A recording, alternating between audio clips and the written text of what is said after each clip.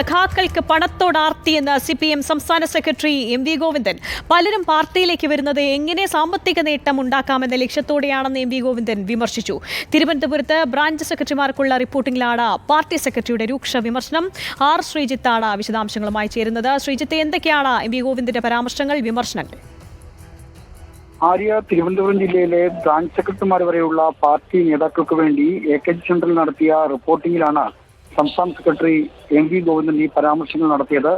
പാർട്ടിയിലേക്ക് ചില ആളുകൾ വരുന്നത് പണസമ്പാദനത്തിന് വേണ്ടിയുള്ള ആർത്തിയോടെയാണ്. ചുരുങ്ങിയ കാലം കൊണ്ട് പാർട്ടിയിൽ നിന്ന് എത്തി നിൽക്കെ വലിയ തോതിൽ പണം സമ്പാദിച്ച നേതാക്കളെയുണ്ട്. ഇത്തരക്കാർക്കെതിരെ കർശനമായ സമീപനം സ്വീകരിക്കും. പാർട്ടിക്കാർക്ക് ഈ പണത്തോടുള്ള ആർത്തി അവസാനിപ്പിക്കണമെന്നും കർശന സ്വരത്തിൽ MV ഗോവിന്ദൻ പറഞ്ഞു.